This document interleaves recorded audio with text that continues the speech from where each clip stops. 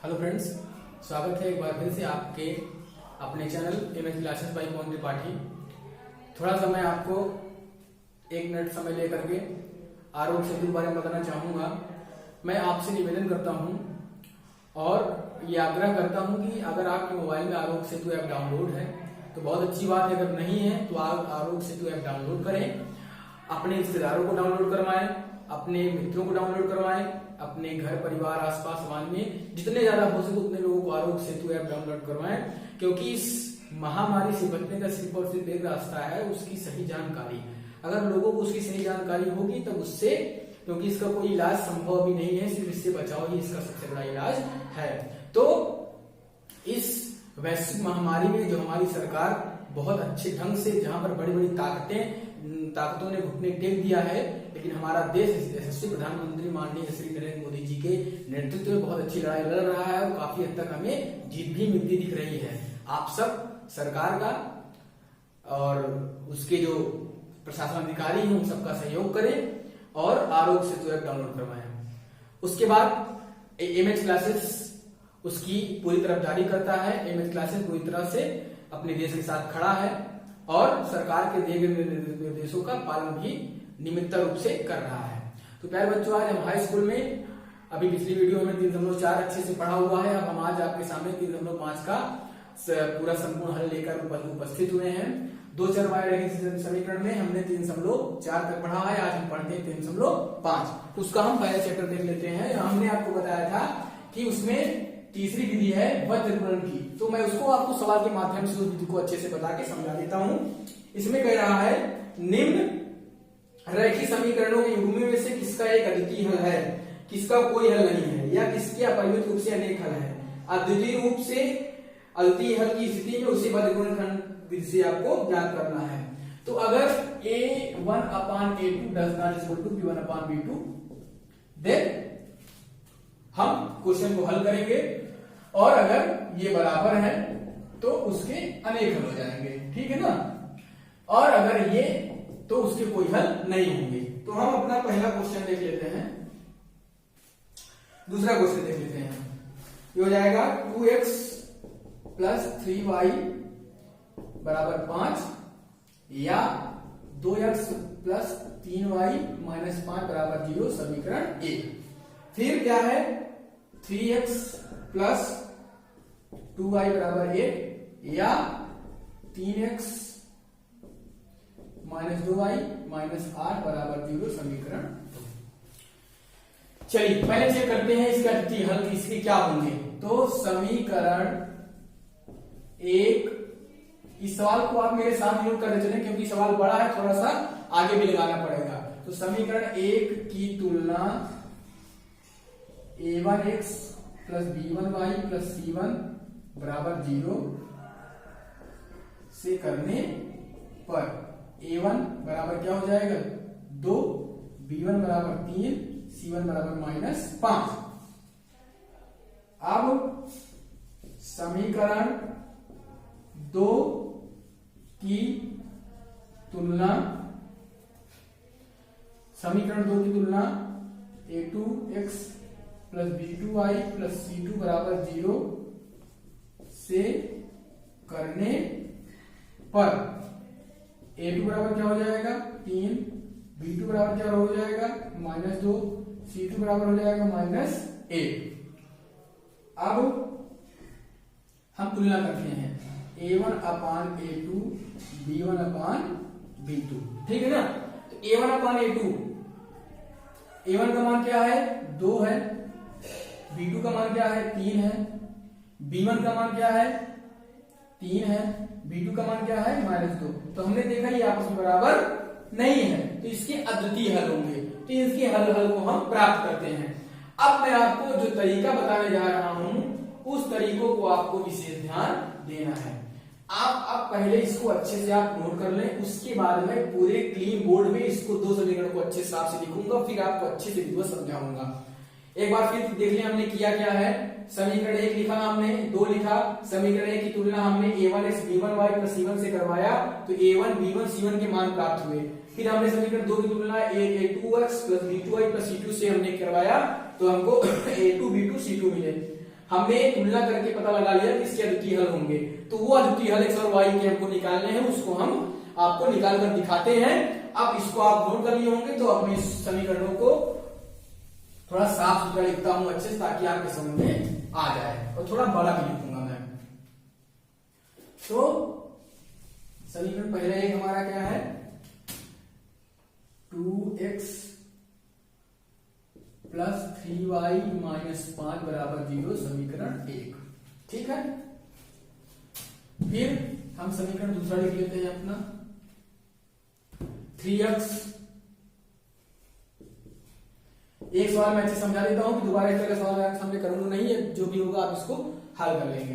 -8 बराबर 0, समीकरण 2। एक बात याद रखिए, मैंने उस दिन बताया भी था आपको कि जब एग्जाम में आपसे कहे कि आप इसको विलोपन निश्चय करो, वज्रगुणन निश्चय करो, या फिर आप इसको प्रतिस्थापन निश्चय करो, तभी उस विधि का उपयोग करो। अगर आपसे किसी विधि के बारे में नहीं कह रहा है, तो जो विधि आपको सबसे उपयुक्त लगे उस विधि का उपयोग करके आप क्वेश्चन को सॉल्व करिए। चलिए हम देख लेते हैं। अब इसको हम वज्रगुणन से हल करते हैं। वज्रगुणन इसको हम हल करते हैं, उसके लिए मैं आपको सबसे आसान तरीका बताता हूं। इसका फार्मूला भी होता है, लेकिन फार्मूले से ये परेशान होती है। मैं आपको आसान तरीका बताता हूं। आप यहाँ x लिख लें, बराबर यहाँ y लिख लें, और बराबर यहाँ 1 लिख लें। ये x चर के लिए, ये y चर के लिए, और ये अचर पद के लिए। ठीक है ना। देखिए, अगर हमको अब x में मान लिखना है, तो आपको सबसे पहले क्या करना है, x में लिखना है। x में तो आप इसको छिपा दीजिए, इसको आप छिपा दीजिए। आप देखेंगे आपके पास कितने डिजिट बटे, 1 2 3 4 अंक बचे हैं आपके पास। इन्हीं चारों का आपको तिर्यक गुणा करना है। तिर्यक गुणा करके उनको उनके चिन्ह के साथ आपको लिखना है। ठीक है ना। तो अब आप इसका जो गुणा कराओगे तो -8 गुणे 3 हो जाएगा। यहां बीच में हमेशा माइनस लगता है, याद रखिएगा। तो -8 गुणे 3 हो गया। अब इसका जब आप कराओगे तो माइनस के साथ लगेगा -2 गुणे -5। ठीक है ना।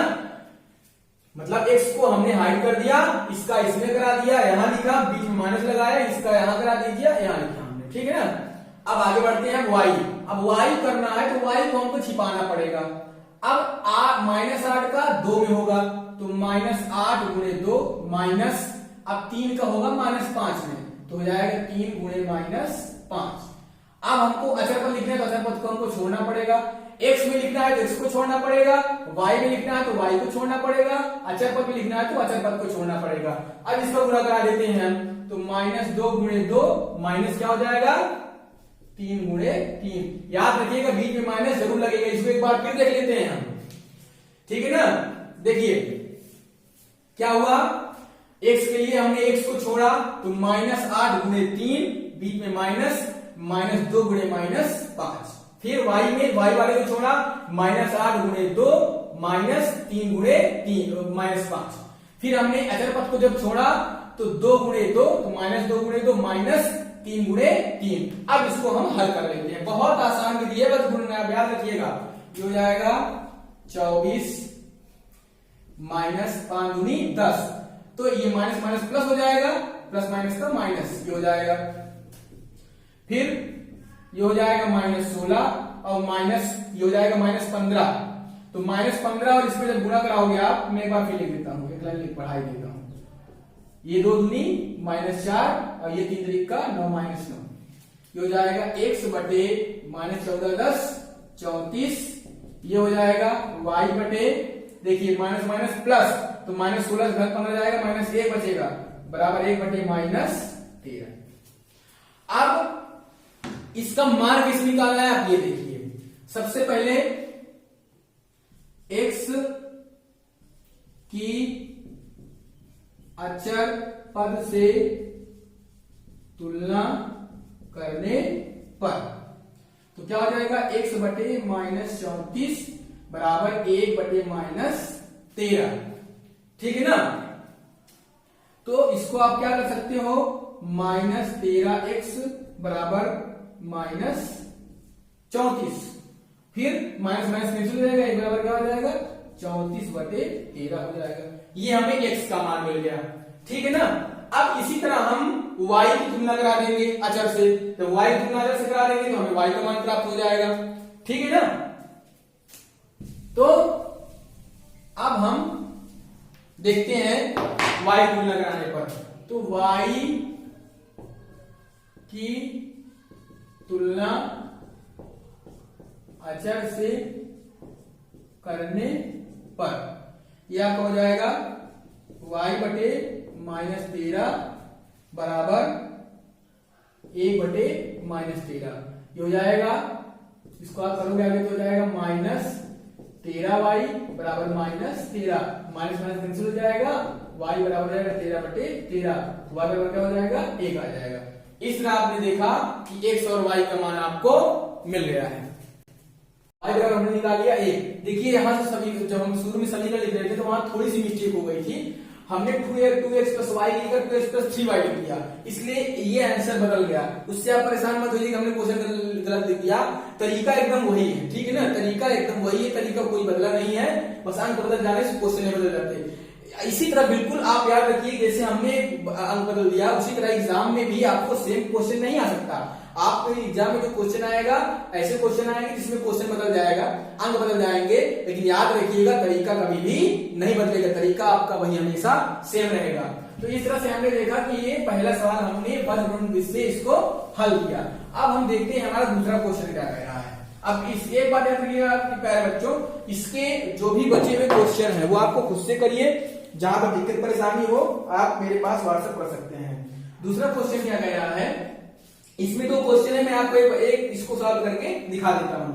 ए और बी के किन मानों के लिए निम्नलिखित समीकरणों के युग्म के अपरिमित रूप से अनेक हल होंगे। समीकरण लिख लेते हैं हम, 2x प्लस 3y बराबर 7 या 2x प्लस 3y माइनस 7 बराबर 0, समीकरण ए।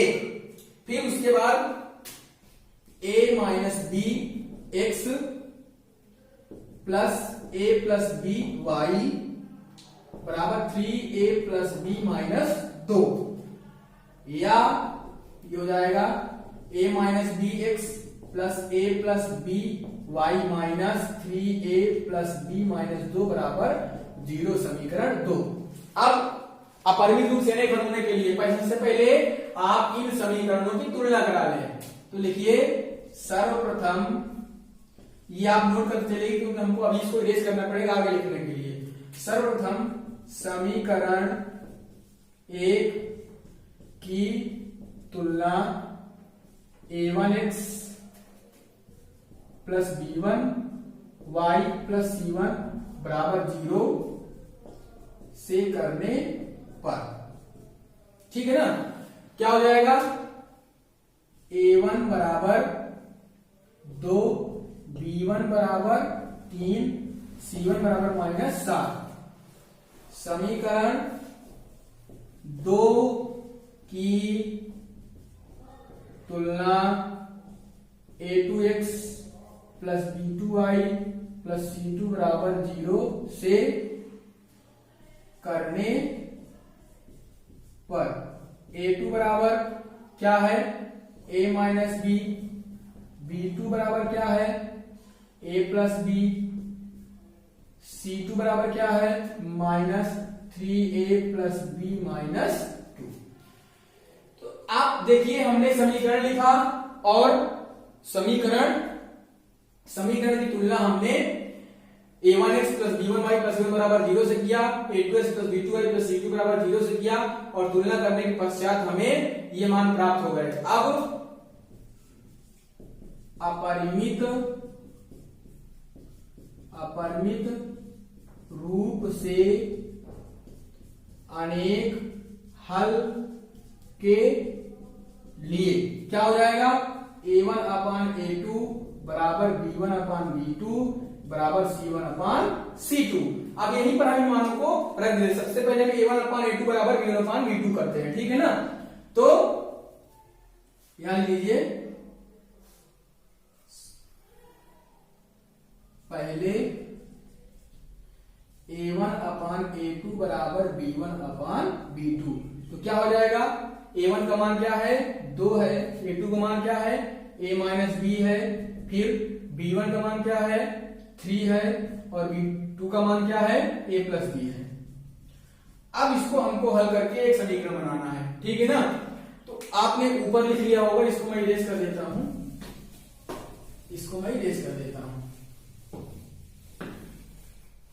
चलिए आगे देखते हैं। इसको हल करते हैं, ये हो जाएगा 2A प्लस B बराबर 3A माइनस B।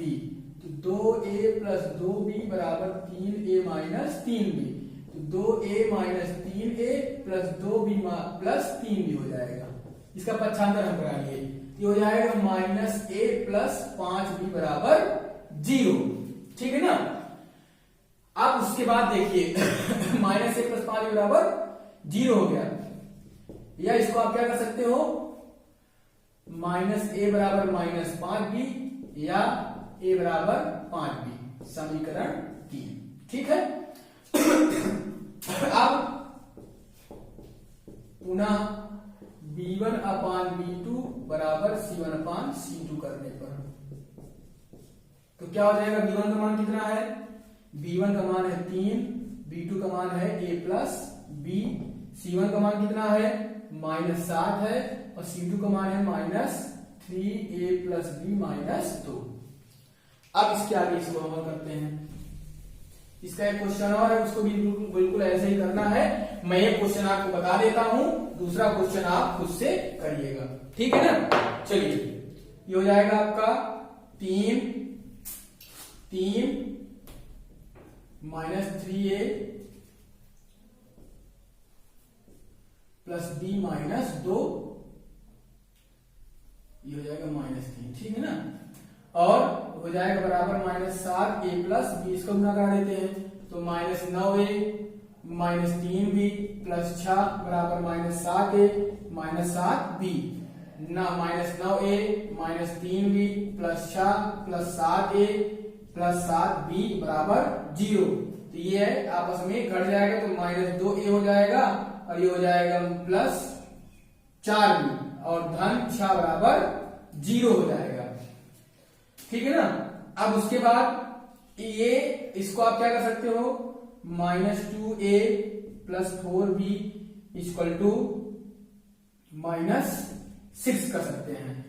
तो समीकरण 4 हो गया। अब समीकरण 4 में 3 से A बराबर आप जो मान निकाले हो यहां 5B रखने पर तो क्या हो जाएगा, माइनस 2 गुणे 5B प्लस 4B बराबर माइनस 6। तो 5 दूनी 10 माइनस 10B प्लस 4B बराबर माइनस 6 हो जाएगा। उसके बाद ये घट जाएगा इससे तो माइनस 6B बराबर माइनस 6 आ जाएगा। यहाँ पर माइनस माइनस कैंसिल हो गया तो B बराबर बचेगा 6/6 या B बराबर 1। तो आपने यहां देखा कि हमने B बराबर क्या निकाल लिया, B बराबर हमने 1 निकाल लिया। एक बार फिर से देख लेते हैं हमने इसको निकाला कैसे। यहां हमने इसको हल करके A बराबर 5 भी निकाल लिया। अब दोबारा तुलना हमने B1 अपान B2 बराबर C1 अपान C2 से की। A upon A plus B वो 3 अपान A plus B minus 7 upon minus 3A plus B minus 2 हो गया, ठीक है ना। इसको हमने सॉल्व करके ये समीकरण बनाया। यहाँ हमने B का मान एक जगह हमने 5 भी रख दिया, हल करके हमने इसका मान निकाल लिया। अब इधर लिख देता हूं साइड में। अब B का मान समीकरण 3 में, समीकरण 3 क्या है, A बराबर 5B। तो A बराबर 5 गुणे 1 तो हो जाएगा A बराबर 5, इसलिए A बराबर 5 और B बराबर 1। हमारा जो हल आ गया वो A बराबर 5 आया है और B बराबर 1। तो अब इस तरह से आपने देखा कि हमने इसका पूरा संपूर्ण हल आपको अच्छे से करके दिखाया, समझाया। अब इसका जो दूसरा क्वेश्चन है वो एकदम इसी तरह से होना है, उसको आप इसी तरह अपने से करेंगे। सबसे पहले आपको समीकरणों की तुलना करानी पड़ेगी। समीकरणों की तुलना कराने के पश्चात आपको A1 B1 C1 निकालना पड़ेगा। A1 B1 C1 निकालने के बाद आपको A2 B2 C2 से समीकरण 2 की तुलना करानी पड़ेगी और उसके बाद तुलना कराने के पश्चात आपको दोनों समीकरणों की तुलना करानी पड़ेगी। उसके बाद कह रहा है कि आप बताइए इसके हल अपरिमित है क्या है।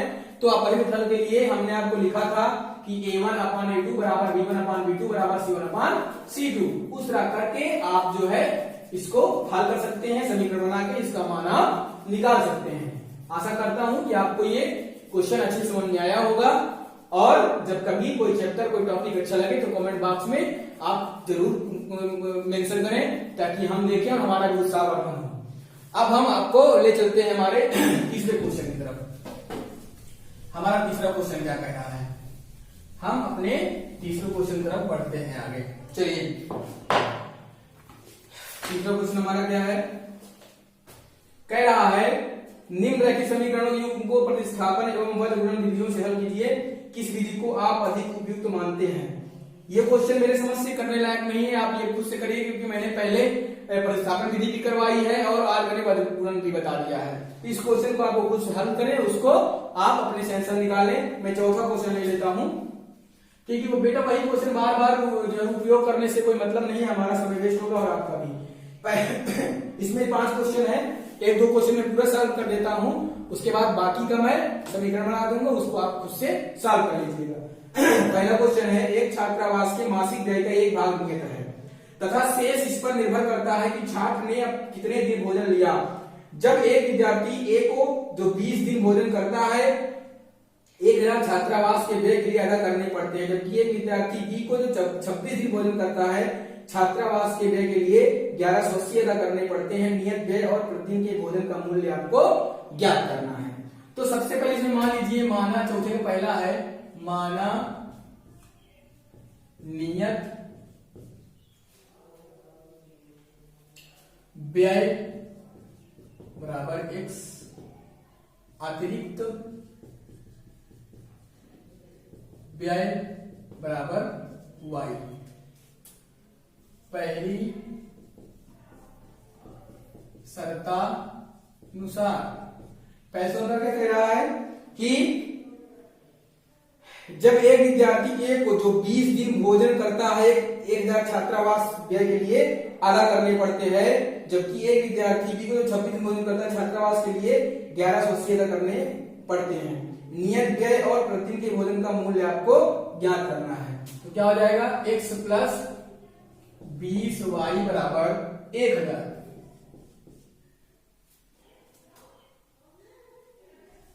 दूसरी समीकरण क्या हो जाएगा, x प्लस 26y बराबर 1180। समीकरण 1 हो गया, समीकरण 2 हो गया। अब हम देखते हैं विधि क्या लिया। यदि उनका अस्तित्व हो तो किसी भी बीजगणितीय विधि से आप इसको हल करिए। आप इसमें कोई भी बीजगणितीय विधि का उपयोग कर सकते हो। तो हम इसमें सबसे सुटेबल विधि जो मानते हैं, विलोपन को मानते हैं। विलोपन विधि का इसको उपयोग करते हैं। तो समीकरण 1 व 2 को हल करने पर x प्लस 20y बराबर 1000, x प्लस 26y बराबर 1180। देखिए, समान चिन्ह समान राशियां क्या होगा, घटाने पर होगा। असमान चिन्ह समान राशियां जोड़ने पर होता है। तो ये हो जाएगा घटाने पर, तो चिन्ह हो जाएगा इसका, ये कैंसिल हो जाएगा, इससे घट जाएगा तो -6y बराबर, आप इससे घटाओगे तो 180 आएगा, -180। माइनस माइनस कैंसिल आउट हो जाएगा, y बराबर हो जाएगा 180/4। इसको आप हल करोगे तो 18 30 आ जाएगा। 1180 से 11 निकालोगे तो 180 बचेगा।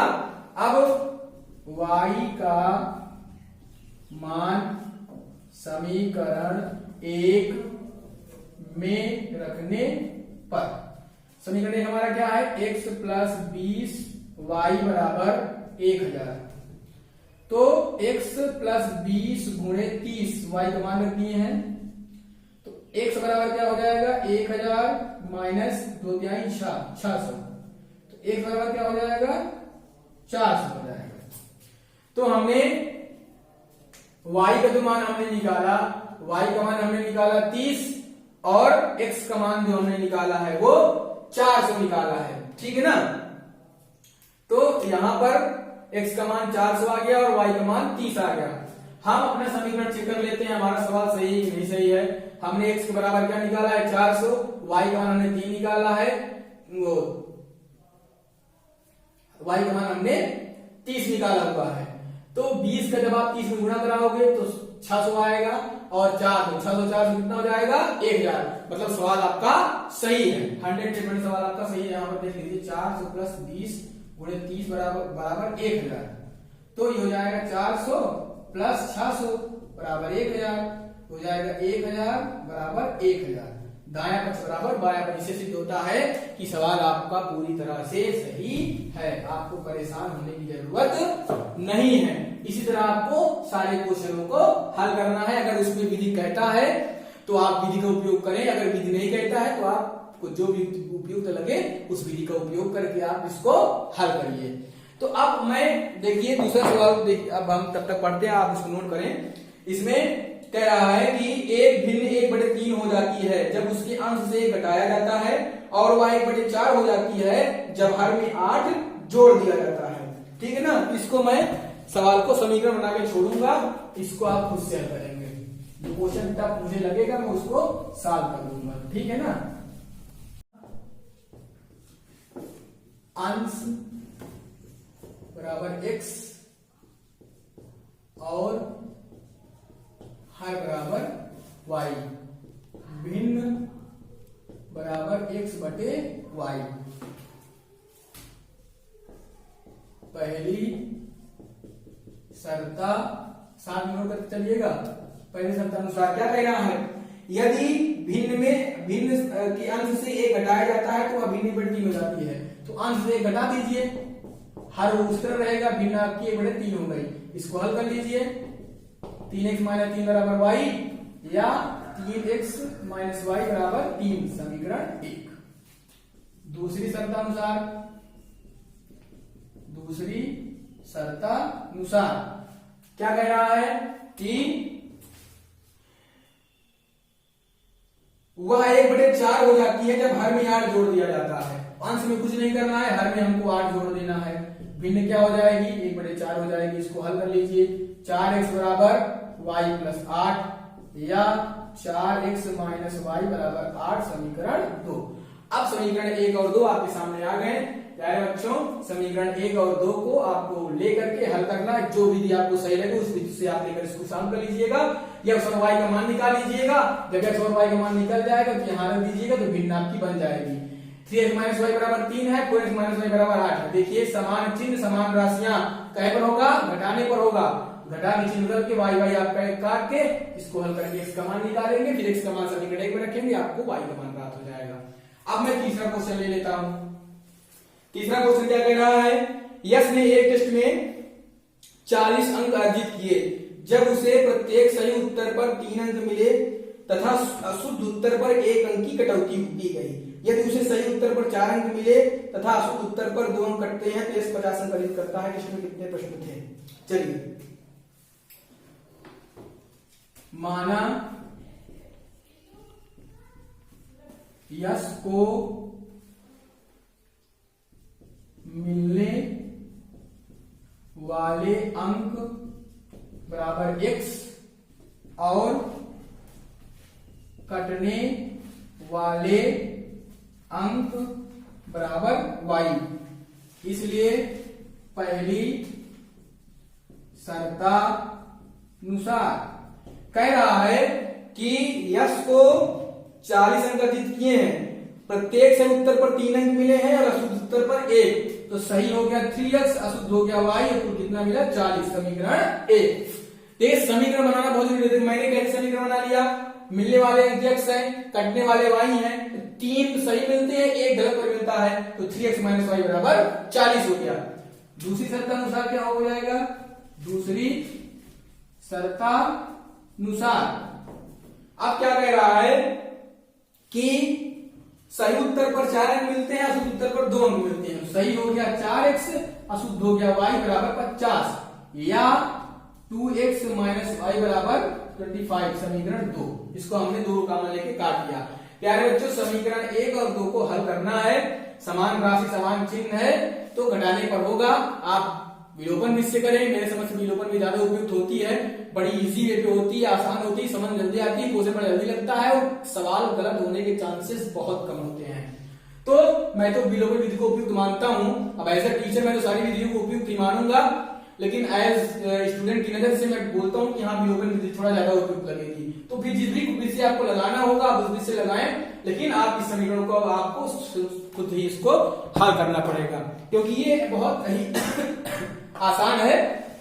अब हम चलते हैं हमारे चौथे क्वेश्चन पर कि हमारा चौथा क्वेश्चन क्या कह रहा है। तब तक इसको आप नोट करते रहिए, मैं ऊपर लिख रहा हूं। हमारा चौथा क्वेश्चन क्या है, एक राजमार्ग पर दो स्थान ए और बी 100 किलोमीटर की दूरी पर है। एक कार, देखिए एक राजमार्ग, कोई एक राजमार्ग आप ले लीजिए, ये राजमार्ग कोई आप एक राजमार्ग ले लीजिए, और ए और बी है, इनकी पूरी दूरी कितनी है, 100 है। मतलब ए प्लस बी बराबर कितना है, 100 है, ठीक है ना। तो एक ही समय पर चलना प्रारंभ करते हैं कि ये कारें भिन्न भिन्न चालों में से एक ही दिशा में चलती हैं, तो वे 5 घंटे पश्चात मिलती हैं। अगर यहां पर मान लीजिए एक कार यहाँ चल रही है, दूसरी कार यहाँ चल रही है, तो अब उसके बाद भिन्न भिन्न चालों से दिशा चलती है, वे 5 घंटे पश्चात मिलती हैं। यदि वे विपरीत दिशा में चलती हैं तो 1 घंटे के पश्चात मिलती हैं दोनों कारों की चाल। चलिए, माना पहली कार की चाल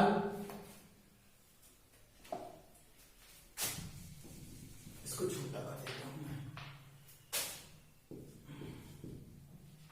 माना पहली कार की चाल x किलोमीटर प्रति घंटा, दूसरी कार की चाल बराबर क्या हो जाएगा, y किलोमीटर प्रति घंटा। पहली शर्तानुसार पहले तो हो जाएगा x प्लस वाई बराबर 100, समीकरण 1 हो जाएगा, ठीक है ना। उसके बाद दूसरा क्या हो जाएगा, दूसरी शर्तानुसार ये हो जाएगा x प्लस वाई बराबर 100/5। ऐसे है, इधर जाएगा तो भाग में हो जाएगा, ठीक है ना। ये हो जाएगा आपका x प्लस वाई बराबर 20 हो जाएगा, ठीक है ना। तो ये आपका समीकरण 2 हो जाएगा। उसके बाद अब आपको इसको हल करना है, ठीक है ना। तो आपका समीकरण क्या बनेगा, x प्लस वाई बराबर 20 बन जाएगा। एक मिनट, ये आपका ऐसे बनेगा, मैं बताता हूं आपको। ये आपका हो जाएगा 5x माइनस 5y बराबर 100 हो जाएगा। तो x माइनस वाई बराबर 100/5 हो जाएगा, x माइनस वाई बराबर 20 हो जाएगा। ये समीकरण आपका 2 हो जाएगा, ठीक है ना। अब समीकरण 1 और 2 को आप हल करिए, समीकरण 1 और 2 को आप हल करिए, और ये क्या हो जाएगा, x प्लस वाई बराबर 100, x माइनस वाई बराबर 20। यहां लिख दीजिए समीकरण 1 व 2 को हल करने पर देखिए समान राशि विपरीत चिन्ह क्या हो जाएगा, जोड़ने पर हो जाएगा, ये कैंसिल हो जाएगा। 2x बराबर 120, x बराबर 60। तो पहली कार की चाल आ गई 60 किलोमीटर प्रति घंटा। अब x का मान आप रख देंगे y में, ठीक है ना। x का मान समीकरण 1 में रखने पर, समीकरण 1 में जब रखो तो क्या हो जाएगा, 60 प्लस वाई बराबर 100, वाई बराबर हो जाएगा 100 माइनस 60, वाई बराबर हो जाएगा 40 किलोमीटर प्रति घंटा, ठीक है ना। तो इसमें पहली कार की चाल 60 आ गई और दूसरी कार की चाल 40 आ गई। इस तरह आपने देखा कि चौथे क्वेश्चन का ये पूरा सोल्यूशन है, ठीक है ना। अब हम बढ़ते हैं हमारा जो आखिरी क्वेश्चन है, पांचवें क्वेश्चन की तरफ। हम अपना पांचवा क्वेश्चन देख लेते हैं। हमारा पांचवा क्वेश्चन क्या कह रहा है। अब देखिए पांचवा क्वेश्चन जो है हमारा, पांचवा क्वेश्चन को हम आयत का क्षेत्रफल 9 इकाई कम हो जाता है, जिसकी लंबाई 5 इकाई कम कर दी जाती है और चौड़ाई 3 इकाई बढ़ा दी जाती है। यदि हम लंबाई को 3 इकाई और चौड़ाई को 2 इकाई बढ़ा दें तो क्षेत्रफल हमारा 67 वर्ग इकाई बढ़ जाता है। आयत की लंबाई ज्ञात कीजिए। माना आयत की लंबाई बराबर x। अब इसमें हम पैमाना जरूर देखेंगे कि इसमें पैमाना हमारा दिया काहे में है, तो पैमाना इसमें हमें किसी में कोई नहीं दिया, इकाई में दिया है, तो यक्स कर देते हैं हम यक्स, और चौड़ाई हमारा y हो जाएगा। तो क्षेत्रफल क्या हो जाएगा, क्षेत्रफल बराबर हो जाएगा x गुणे y, क्योंकि लंबाई गुणे चौड़ाई होता है क्षेत्रफल। अब इसमें देखिए कह रहा है कि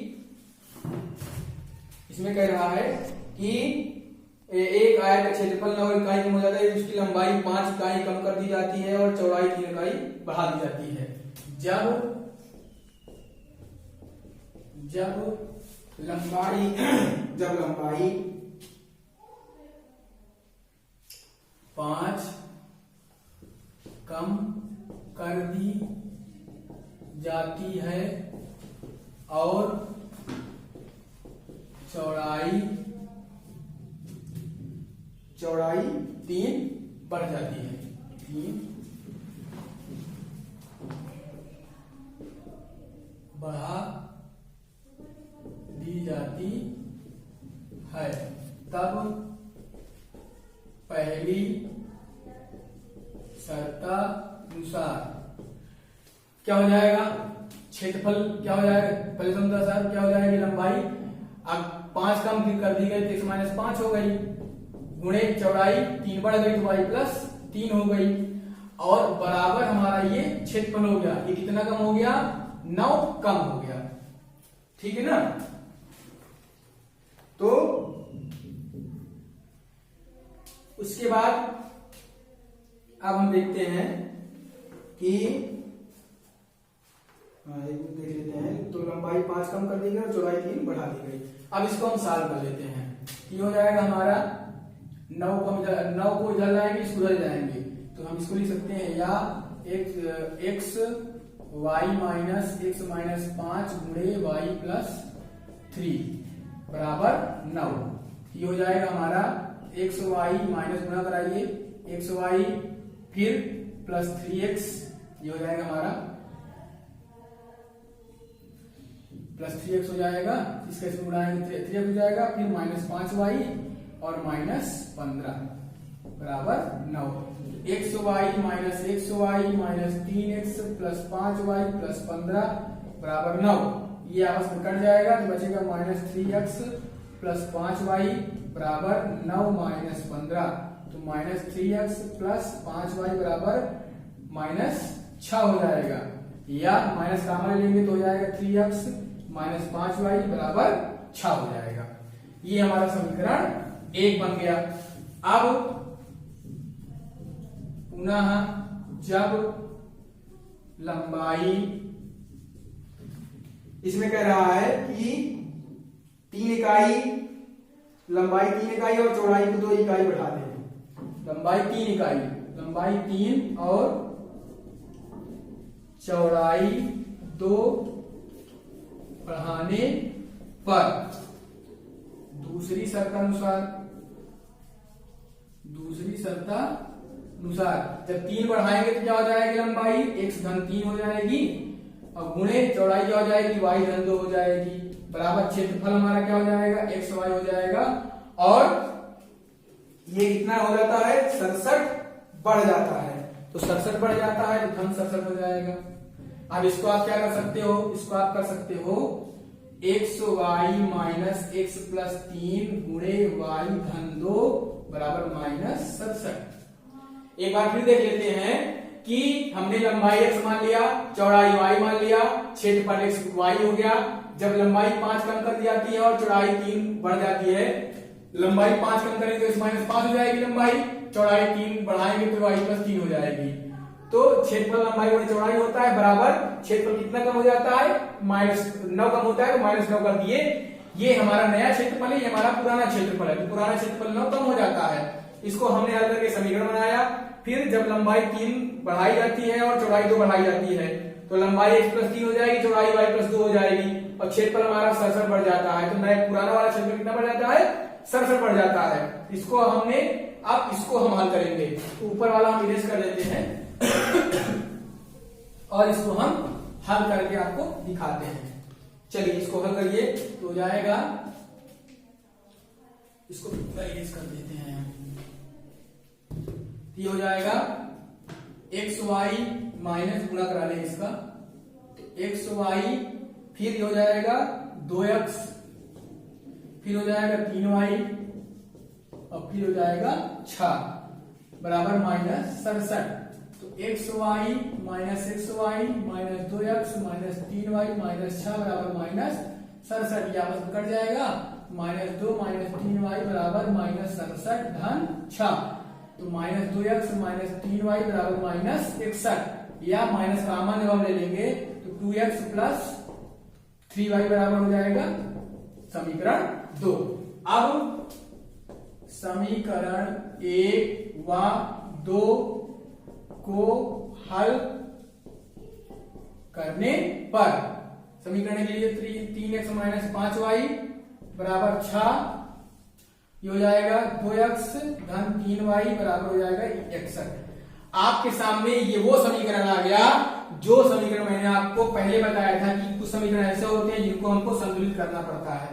अब इनको संतुलित करने के लिए ऊपर हम 2 से गुणा कराएं, नीचे 3 से कराएं। लिख दीजिए समीकरण 1 में 2 से व समीकरण 2 में 3 से गुणा कराने पर तो जाएगा 6x माइनस 5y बराबर, इसमें क्या कराएंगे 2 से, 2 3 6 2 पंचे 10y बराबर 12। समीकरण 3 से कराएंगे 3 दूनी 6x और प्लस 3 दूनी का 9y बराबर 3 1 कम 3 3 6 18।